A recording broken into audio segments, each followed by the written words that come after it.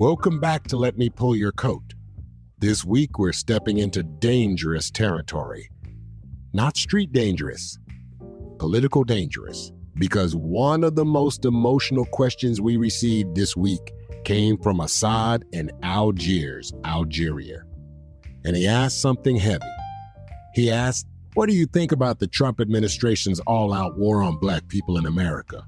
Now, before we even get into this episode is not about screaming. It is not about party loyalty. And it is not about blind emotion. This episode is about perception, policy, fear, facts, and consequences. Because whether people agree or disagree with that question, millions of Americans are asking versions of it right now. Before we get started, go to letmepullyourcoat.com. Leave your voice message. Check the Your Post page. Read the reviews page. Watch the video page. Sign up for our newsletter. And go subscribe to True Tales from the Let Me Pull Your Coat podcast on YouTube. Follow us on Instagram, Facebook, Fanbase, TikTok, Blue Sky, and YouTube. And shout out to everybody supporting us through Buy Me a Coffee and Cash App.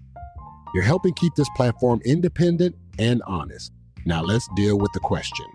One reason many Black Americans feel targeted is because of recent actions connected to voting rights, military leadership, and diversity initiatives.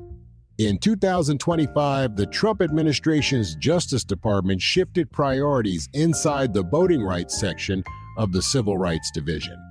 Reports describe experienced voting rights attorneys leaving or being reassigned, while the department focused more heavily on voter fraud investigations and election integrity policies. Critics argued this weakened federal protections that had historically been used to defend minority voting. At the same time, the administration supported election policies that opponents said would make voting harder for some communities. A 2025 executive order on federal elections triggered legal criticism from voting rights organizations that argued the president was attempting to expand executive control over election administration. And recently, Supreme Court rulings connected to Louisiana redistricting narrowed how Section 2 of the Voting Rights Act could be applied in congressional mapping disputes. Critics, including dissenting justices and civil rights advocates, argued the decisions weakened protections that Black voters had relied on since the civil rights era. Now, whether someone sees that as election integrity or voter suppression depends heavily on politics and perspective. But the fear itself is real. Then there's the military issue. In early 2025, General C.Q. Brown Jr., the second Black chairman of the Joint Chiefs of Staff, was removed from his position as part of broader Pentagon leadership changes. Critics argued the administration was targeting military leaders associated with diversity and inclusion policies. Additional senior officers, including several women and Black leaders, were reportedly dismissed or pushed out during restructuring inside the Pentagon. Supporters of the administration framed the moves as removing politically aligned leadership and eliminating DEI influence. Opponents described it as an ideological purge. And this is where things get complicated. Because in America, politics rarely arrives as pure fact anymore. It arrives as narrative. One side says, we are restoring merit and law. The other side says, you are dismantling decades of progress. And regular people are stuck in the middle trying to figure out what is actually happening. Now let's talk about unemployment and economics.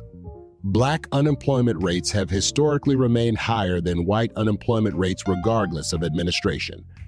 But critics of Trump argue that economic gains often highlighted nationally do not always translate equally into Black communities, especially when federal diversity programs and civil rights protections are being reduced.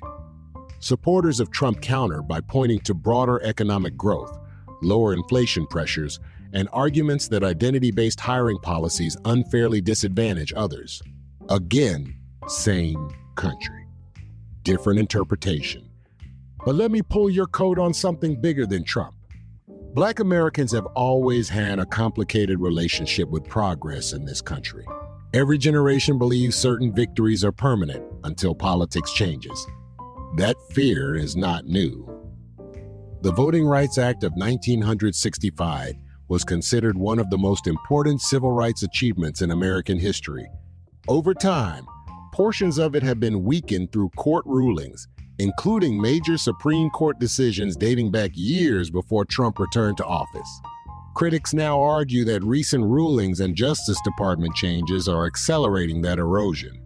And that creates a bigger emotional question underneath all of this. Not just who is president, but how secure is progress in America if it can always be reversed? Now here's where I'm going to get real.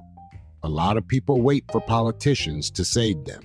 History shows that's dangerous because administrations change, policies change, courts change, and every time power shifts, people panic like they never expected the system to move. The real power has always been organization, education, economics, ownership, and participation. Because no administration lasts forever, but the condition of your community can. And let me say this carefully. Not every Trump supporter is racist, and not every criticism from Black Americans is imaginary. Both things can exist at the same time. That's the problem with modern politics. Everybody wants simple villains and simple heroes. Real life does not work like that. Rome did not dominate the world for a few years. Rome controlled massive portions of the known world for centuries. Its rise began around 27 BC under Augustus, and the Western Roman Empire lasted until 476 AD. Even after that, the Eastern Roman Empire, known as the Byzantine Empire, survived for nearly another 1,000 years. That means Rome's influence lasted well over 1,000 years in different forms. But here is the important part. Rome did not collapse in one dramatic moment. It weakened slowly. Political division, economic instability, corruption, loss of trust in institutions, internal fighting, leaders more focused on power than unity, citizens becoming distracted while systems underneath them weakened. And by the time many people realized how serious things had become, the foundation was already cracked. Now let me be clear. America is not Rome, but history teaches patterns. Every powerful nation eventually faces moments where people begin questioning whether the system is protecting everybody fairly, whether leadership serves the people or itself, and whether divisions inside the country are becoming stronger than the things holding it together. So what can Americans actually do instead of just arguing online and panicking? First, people need to become informed beyond headlines and social media clips. Too many people build their entire political worldview from outrage instead of research. Second, communities have to rebuild local strength. Strong families, local businesses, education, ownership, financial literacy, and civic participation matter more long-term than emotional political slogans. Third, people need to stop treating every disagreement like warfare. Once citizens start seeing each other only as enemies, the country weakens from the inside no matter who is in office. And finally, people need to participate instead of just complain. Vote. Learn the law. Understand policy. Attend local meetings. Support organizations that actually help your community instead of just talking online. Because history shows something very clearly. Powerful nations rarely collapse because of one enemy from the outside. They weaken when enough people inside stop believing they have a responsibility to protect what they built. Here is this week's shout-outs. Shout out to Assad in Algeria for sending this week's question. Shout out to Rochelle in Baltimore, Maryland. Shout out to Malik in Detroit, Michigan. Shout out to Tamika in Atlanta, Georgia. Shout out to Devin in Oakland, California. Special shout out to everybody who signed up for the newsletter this week. And a major shout out to everyone supporting us through Buy Me a Coffee and Cash App. Here's your COPE poll of the week.